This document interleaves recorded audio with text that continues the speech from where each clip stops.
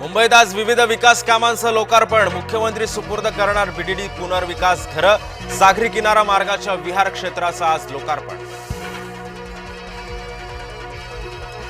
राऊत आणि आदित्य बोलून फसले। स्वातंत्र्यदिनी कत्तलखाने बंद ठेवण्याचा आदेश उद्धव सरकारमध्येही।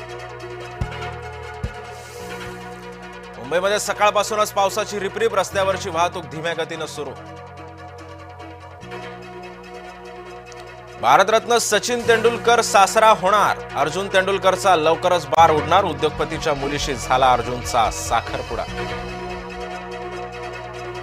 वाहनांच्या आधुनिक नंबर प्लेटला लोकांचा ठेंगा। राज्यातील 70% वाहनधारक जुन्याच नंबर प्लेटनं चालवतायत वाहनं।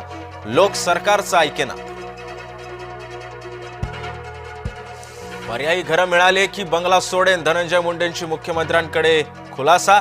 मुंबईमध्ये घर असून सुद्धा मुंडे सरकारी बंगल्यात असल्यानं निर्माण झाला वाद।